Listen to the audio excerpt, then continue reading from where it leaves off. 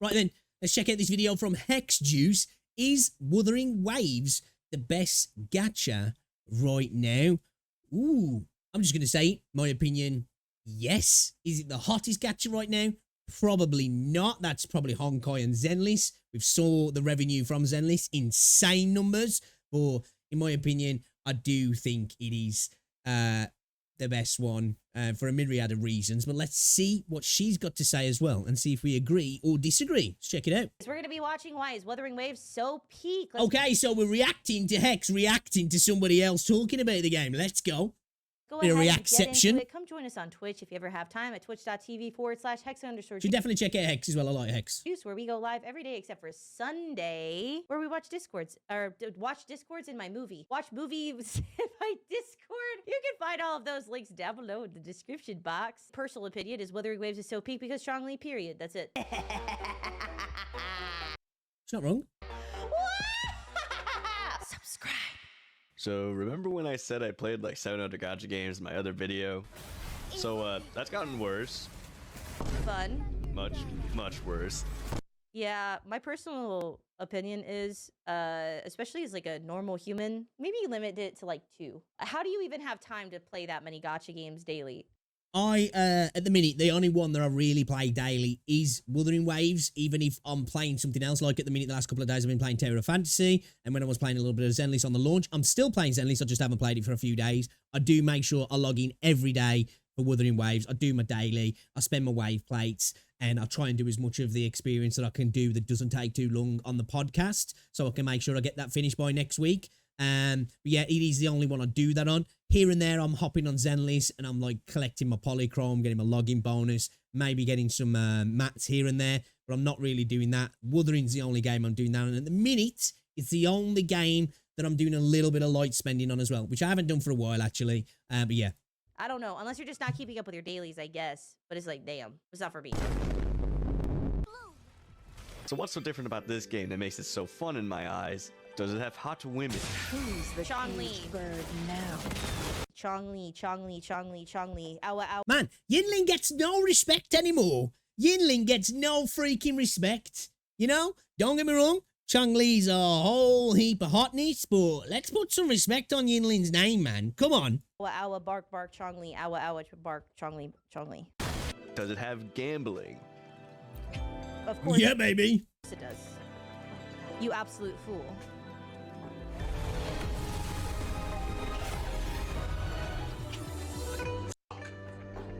Does it have the... What is this? That's the sound. Does it have good combat that actually makes... I would like... Dude, what is this? What is going on with this video quality here? This is ass. Like a written essay regarding what I was supposed to take from that edit, because I think I know, and I think that's a crazy thing to admit on the internet in a video like that. But yeah, I'd like a 500 minimum word essay explaining. I missed that. I'm not going to get into it. I think I know what she might be alluding to there, but we've spoke about enough weird stuff today in the anime space, so let's continue. What that was supposed to mean. Thank you so much. We'll continue, but this is like strike 1 and 2. Is it a game? What is this bitrate? What is... For real, I thought I was tripping then. I thought it might have been on Hex's end. This bitrate looks fucking dire, dude. Like, what is this mess of pixels? I hope my streams don't look this bad or my videos don't look this bad. Let me know, guys. What is happening? Hibernate.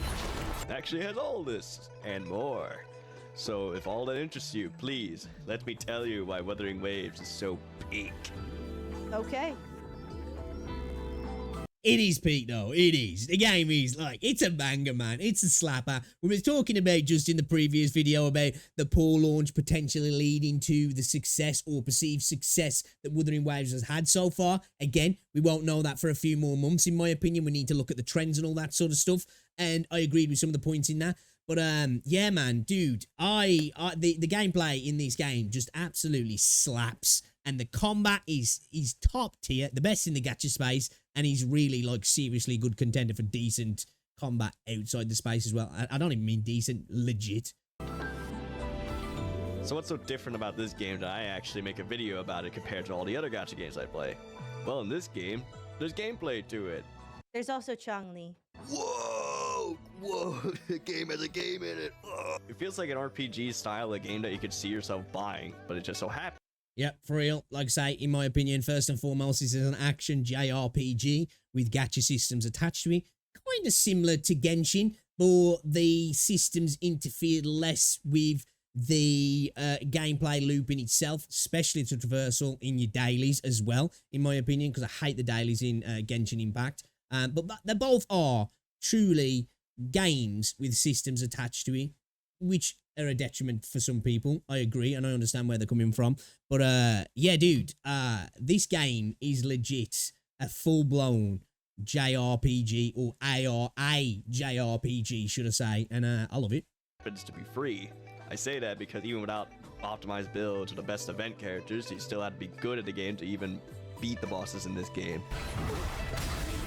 I think that's Not all the bosses, but definitely the holograms for sure. This game requires mechanical dexterity, if that's the right word. It definitely requires a little bit of skill. It's not all about the numbers, where something like Honkai Star Rail, of course, is turn-based, so this isn't the best comparison. It's all about the numbers. Skill really doesn't matter. Knowing your builds and knowing how to do stuff, and then, you know, the numbers. And probably it's a little bit more like that in Genshin, but still there's a little bit of skill there, I guess. Or and I guess somewhat in Zenless Zone Zero, but a little bit of the manual feels taken away from you. But in this, man, it really does feel like the gameplay is king and the gacha system is secondary until you get to some of the real harder content, and then it's like, right, I'm definitely getting DPS checked here, and I need to level up what I've got, or I really could do with pulling potentially. mostly only true for holograms. Hey, what's up, Chris? The Tower of I agree, Adversity is yeah. equally as level gated and not as skill based as basically any other gacha game. I think this most I agree with that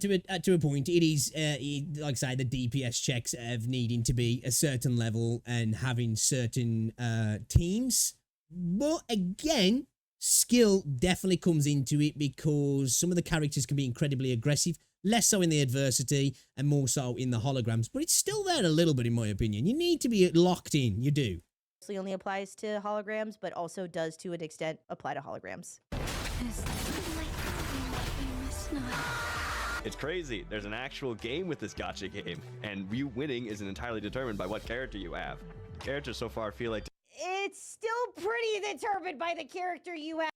It is, but I've seen some people clear some content with characters that I'm just like, dude, I wouldn't be able to do that, you know? And there's always going to be that in these sorts of games. Of course, there's going to be people who are true gods. But I do agree with both there. I think, you know, it leans a lot more into the player and less of the characters, but also it does lean into the characters heavily as well. Have for the end game content specifically and very, very much so in Tower of Adversity, but the holograms are very cool. different places. That's more about your team comp, isn't it, really, though? And having a good chunk of characters leveled up. And so that goes into a lot more into, again, who you do have, I guess. But, you know, spending time in building your teams, I think. Styles rather than the new must-have character. Although Chang Li definitely feels like a character I need for different reasons. The combat consists of different meters, like the Concerto meter that allows you to do different moves, or bust a character that you swap to, and the Forte meter, which usually consists of a unique move that a character can do, like the Biden Blast. Biden I feel like Blast. the animation power creep is going to be way faster than character power creep. But the game also has Oh, dude, the animation power creep is fucking crazy. Let's be for real. The animation power creep with Jinshi and Changli alone was wild. enemy attacks that you could True. Still, nobody's topped our boy Calchero and the intro animation yet, though, have they? Which is kind of weird. dodge and get a counterattack out of afterwards. And the best part of the game, parries. Yeah. Most enemies Parry have system's attacks that cool. if you attack when the circles overlap, you stun them and break their posture. Once you do break their posture fully, you get to blast them with damage for a bit. And Except for Morning Aches, where you can't see the fucking circle if you're high enough level on the holograms, which is disgusting bullshit. I hate that boss so bad. I get that Tempest Beis is technically harder, okay? Memphis, I'm gonna be disrespectful and mispronounce his name. Memphis is technically very much harder and requires more skill, but the fact with that Aches doesn't let you even see the parry bar on the higher levels is so gross. I hate that boss so bad. a lot of these bosses Dude, the most annoying fights for me, and they're not even hard fights, is the Geo Chalon and freaking Juhei. And just because Juhei spends all his time running off, and the Geo Chalon, the biggest fight in that fight, it's not hard, because obviously it's not hologram level content. You're just battling with the camera in that fight. The other stuff, it can be a bit frustrating sometimes. But yeah, that's the two things that piss me off about some of the fights. Have unique parts, And to it's them, not too. even hard Like Memphis, content. Tennessee has a ton of parryable attacks, so many that even this shadow clone can be parried. This fucker that Yeah, but it's got RNG with its attacks, which is pretty miserable. I hate this boss. flies around like an asshole and has invisible parries at higher difficulties. I and hate my him. personal favorite, the Crownless. He just comes out with fisticuffs ready to smash your skull in with a 200-hit combo. Dude, I forgot what the character's name is now. Is it Igris from Solo Leveling? That's this fucking dude, man. Dude just comes out ready for war, and I love it, actually. So The anime. punches really, I find very personally offensive. And I know that that is perhaps a melodramatic word to use. The way that Crownless just comes at you with hands pisses me off on a level that, like, I honestly can't really fully put into words. Like, I'm having to use all of the magic and mystical shit, all of the elements of the universe at my disposal, and he's just punching me in the head, trying to crack my skull with his hand. Yeah, that's what's so badass about him, though, man. That's what's so badass about him. That's like, you know, dude just comes out tank style. I don't know why sometimes Cal's intro to animation doesn't play for me. Yeah, that happens, sure. And it pisses me off. These bosses do have a time limit though, so you need to have the right build to beat them with, which is where gearing comes in. Now, given that I have played 12 other gacha games at least, with most of them having RNG bullshit for gear that makes me want to kill myself every time I get another fucking HP set, or In Minecraft, of course. substats that rival the luck of a damn slot machine, this game is a breath of fresh air compared to these games. The game doesn't really stop you from grinding like many other games do. So That's one thing that is about these. Is obviously the ecosystem, the rolls, the mats. Not so much the rolls anymore, just the mats to get to the point to roll multiple echoes if you're not getting the substats you want. But the idea that you can really just continually grind until your heart's content. Obviously, off-world stuff's got its limit unless you're going into other players' worlds. But, like the boss stuff, you can just farm that shit all freaking day long if you want to, which is really nice. There's no limit to it. So you can just keep killing enemies to keep getting echoes to eat. And if I don't know how much logistical and legitimate benefit there is to just endlessly grinding echoes because you can't level them all. Like, okay, yeah, you could take. Oh, yeah, but that's why you don't level them all, though, do you? Of course, you take it to level 5, potentially level 10. See where the echo's going, whether it's a good echo, whether it's worth continuing, or whether it's one to just throw to the side or one to feed, potentially. I understand what she might say, that that's still going to use mats, which is true. It is true. You will burn through the mats, and that's where the bottleneck comes in, that you are going to be limited in terms of, right, okay, I needed to build this character, but I'm going to have to go farm Tacit Discords or whatever it is, or Tacit Fields, should I say. I need some echo experience. I get that.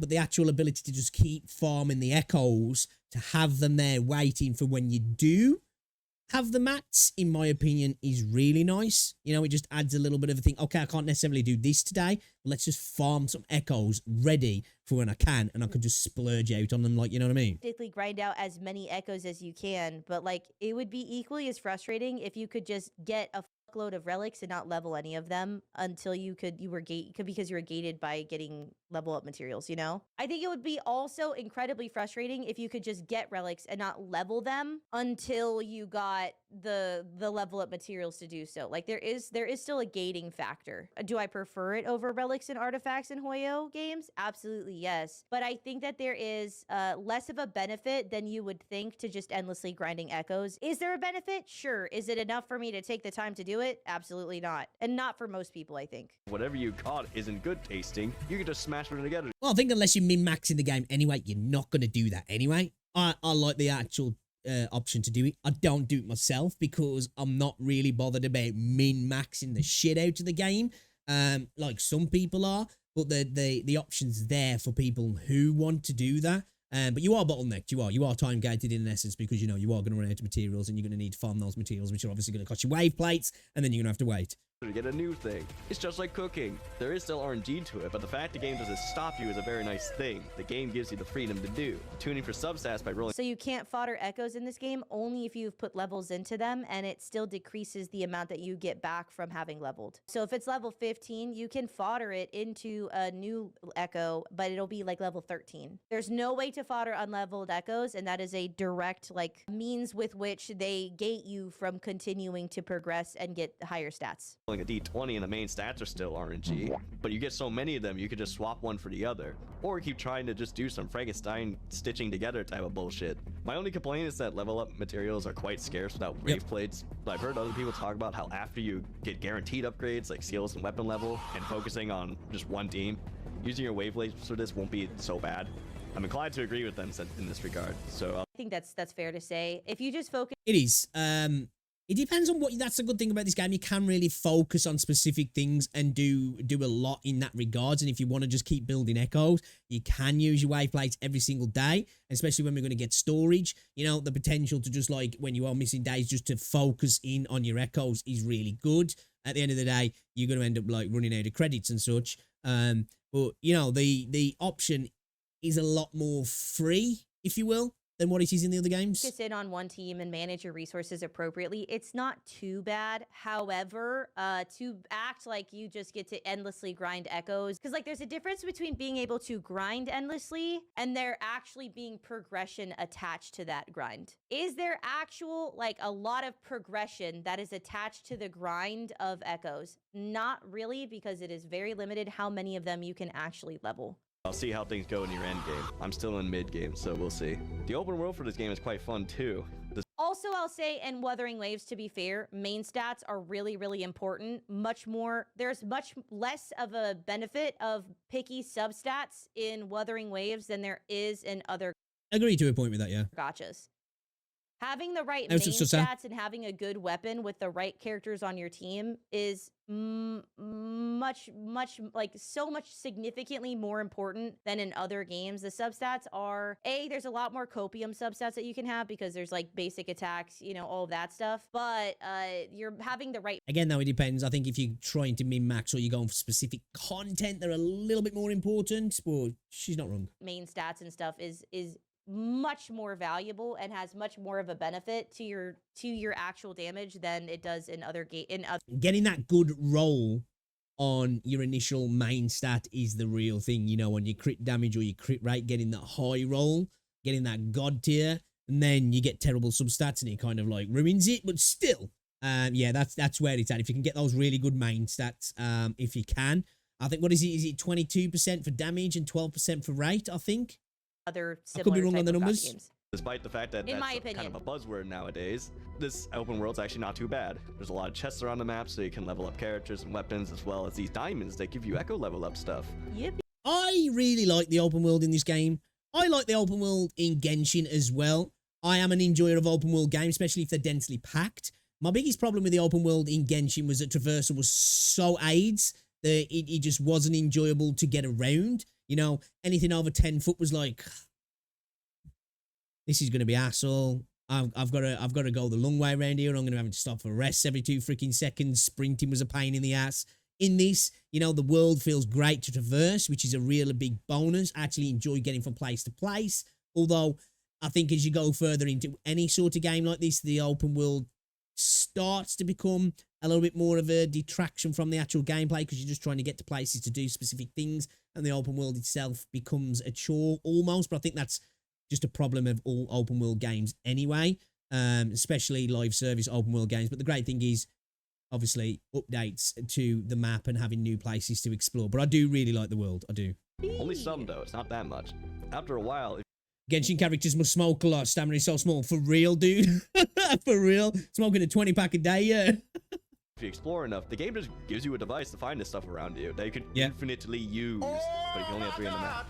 I feel Yeah, the loot mapper is pretty poggers. It I is. love the loot mapper. I think that is one of the best things that they did. The tools in general are good in the game. The loot mapper, the sensor, obviously the grappling hook. They're all pretty cool, man.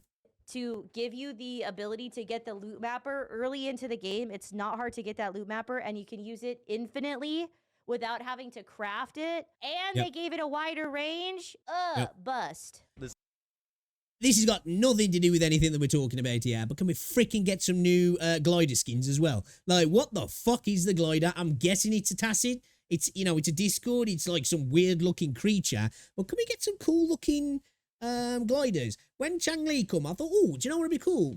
Broly, why can't that be a glider, you know, like Fortnite type? Let's throw some skins in there, man. Give us a little bit of extra something to maybe purchase in-game with our credits, or chuck it into a banner. I don't know, like, I just think that'd be kind of cool. This really solidifies the game respects your time to some degree. All you have to do is play the game a bit, and you get to see the entire map of loot. Some are locked behind enemies and puzzles, but the puzzles aren't usually that hard. Some are cool. The puzzles are pretty weak in the game. That's one of my biggest issues with the game. Well, it's not an issue, but I do think a lot of the... And I don't want super difficult puzzles in this sort of game, because at the end of the day, it's not a puzzle game. But I do want some puzzles that are not difficult, but just have a little bit of extra to them, you know? And hopefully, when we get the new area, we do get some new puzzles, because I think this is what I'd like to see as well from the endgame content. Give me some freaking raids, man. Some full-on MMO raids. And you can throw these puzzles into the raid. Give me some platforming. Give me some mobs. Give me some elites. Give me a bunch of elites. Give me some light puzzles. And then throw in a freaking hologram-style boss at the end of it. And I'll be happy as Larry, I'm telling you. Like the puzzles where you have to manipulate time, or the Tetris Beast ones. There's also stronger enemies around the map. Some being absurd levels, like 120 Fuck these guys. Fuck these guys. when the max character level is 90. That Light Crusher's an asshole. I just want to say that. They guarantee a high level echo though, so it's worth it. And technically, they can be beat with a level 1 character. There are plenty of videos on it. Because technically, yeah, technically. you can do a fixed amount of damage when you dodge. So literally just get good and you'll get it. There's also some silly stuff. Like that's a problem for me though. That's a problem for me though. this plastic chair that heals you fully and definitely isn't a reference. Echo challenges, where you can use the powers of an echo to do certain challenges that also reward you, such as playing Star Fox, swimming, and best of all, fixing Tetris, and this mountain that you could just ski off of. I love Clang Bang. He's so cute. Dude, I love this area. It doesn't look so great in this video here, but this area is so gorgeous, especially in the evening / night time. It just looks beautiful. One thing about this game that he does many times, that I'll stop and I'm just like, damn man, that look good. That's pretty. Then again, though, Genshin does do that, and Star Rail as well, but in a different way because the art style's different. With this, I think it's just it's fidelity-wise is a little bit better, obviously with a good art style as well. But yeah, there's lots of times I find myself stopping and standing still just to look at something because it looks very nice.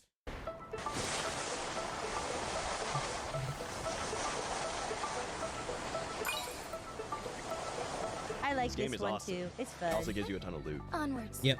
Yes. Yes.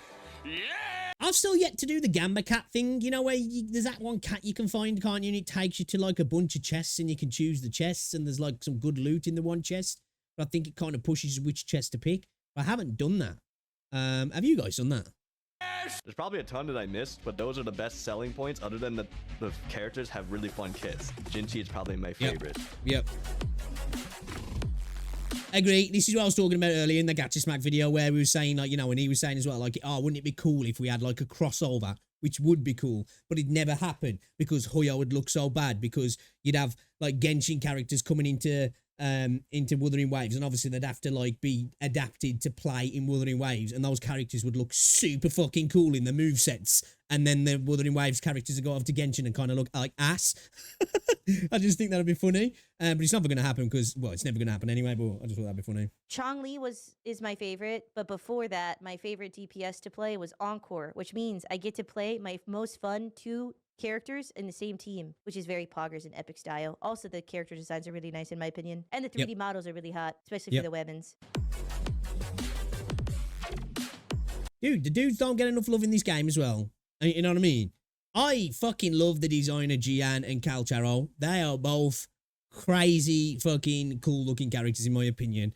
Especially Calcharo, you know, it's Dollar Store Sephiroth. And Gian's just badass as well. That's one thing I like about this, that Genshin, because like all the male characters in Genshin just look like twinks, don't they? For the most part anyway. I know some of the later ones are looking a little bit more like dudes. Yeah, the dudes actually look like dudes in this game, and I appreciate that. She's mine. You can't have her. Even the 4-stars are really good if you build them right. Like Danchin, that slices herself with her sword. She's a fake 5-star, man. Let's just face it. She's a puts 5-star blood in on her disguise. sword and somehow does more damage doing that. Or this guy with the gun. Does she not summon the whole sword out of blood? Because she like summons a second sword that she doesn't always have. Is that not her blood? Is that not a full blood Mortafe's actually decent as well, especially for Gian. sword? I don't know if it really matters. This is like useless to know. I'm just curious. I'm pretty sure the whole sword is blood, which I think is really cool. There's only like a couple things I could say is bad, like the early story before Mount Firmament. It's just boring, as well as the English voice acting for it. It's awful. Yeah, some of the voice acting is poor. We've spoken about this multiple times. I don't need to go into it. It's about Genshin Impact 1.0 level of bad. I heard a well-respected company is taking over for this, and I could tell because the 1.1 voice acting sounds a lot better in English. Okay, about the accents. We chose to work with Side London because of their great portfolio and because Britain is geographically closer to China than the US, making communication easier. As a result, most of our VAs have been British. Previously, we told all VAs to do US accent, which wasn't in their comfort zone. We have adjusted our direction to not require US accent after recording. It just goes back to the translation errors in the game originally funny. After recording the first 2 main story acts, going forward, we plan to work more closely with our voice director and pay more attention to the accents to keep them more consistent and natural. Thank you. Because I get it. You know, there's a lot of big VAs in anime that are American. You know, and I get it. But dude, man, like, I think anime characters with British accents, I'm biased because I'm British. I think it sounds fucking cool, man. So I'm happy to hear that.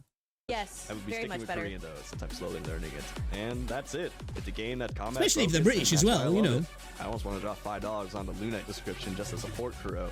Too bad I'm poor and would rather have someone else donate me $5. With that, time to go to my outro that no one gives a damn about. Bye-bye. I enjoyed this video. I agree Yeah, with it was the most same. of the points. I think Wuthering Waves, as far as gacha games go, is about as good as is like the best. Especially if you're somebody that's a gamer who likes to game and doesn't just want to. Agree. Can't, you know, it's facts. I think if you might, there might be elements in other games that you're like, I prefer this, but I think a lot of it will be revolved around maybe either the story, particular characters potentially, or the gacha systems themselves. But I think if you're going to look at specifically just the gameplay loop itself and the combat and the game, I think it's obviously subjectively the best one in that version, in my opinion. Obviously, there might be different types of gameplay you might like. If you prefer turn-based, you're going to prefer something like freaking Star Rail or Brown Dust, aren't you? You just are. But I think if, you know, if you're looking at it from just a gameplay standpoint, I think it's hard to argue that it's not the best in that regards. You know, do silly stuff. You know, like, you know, look at pretty girls, look at pretty guys and spend money and gamble. Like, I think as far as it goes, Wuthering Waves is like the best possible thing you could get from Gacha right now. In terms of action-based combat, the combat Agree. is very fun, very smooth. I like the parry system. Tight as I fuck. like that the teams are not too complicated to build and it allows your skill to show through. I like They're not complicated, but they also have a lot of nuance as well and extra layers. And if you look at some of the videos I've been watching recently with the animation cancellation, especially in like Changli, I didn't realize that pretty much everything can be cancelled to give you even more out of the characters. Ridiculous. And the juggling that you can do sometimes is insane. And the way the tech can be used, if you really like, you know, looking into how the character works is insane. That's like below the surface level, which is good to see. I think a lot of people will just interact with them more on a baser level and still get a lot out of it. That's what I like. The combat in this game actually is quite deep, in my opinion. the character designs. So thus far, the story has only gotten better and better, which is saying Agree. something because I don't really like gacha stories. Also, Chongli. Ultimately, this video is answered by one single word. Why is Wuthering Waves so peak? Chongli, period. That's it. Let me know what you agree or disagree. What are the reasons that you like Woo-Wah specifically? Chongli is peak. She's peak waifu design. She really is.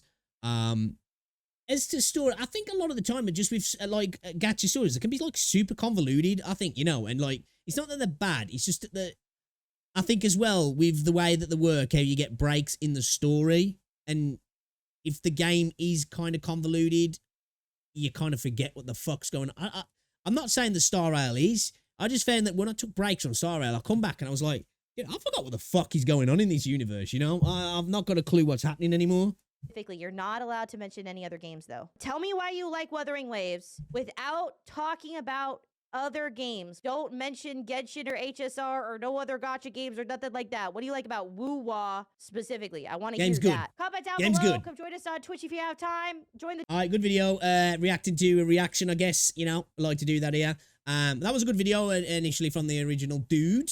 You should definitely check out Hex and check out remember Zient Deviro. He's only got a tiny channel, and looks like he's doing some decent content actually. So that's good to see. I'm gonna drop him a sub actually. I like that video. But I agree. I think it is the best gacha game out at the moment.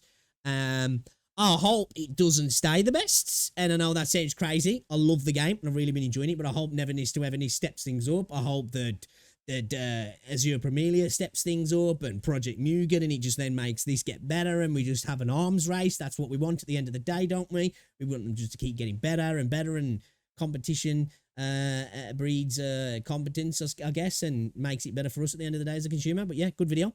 Good video.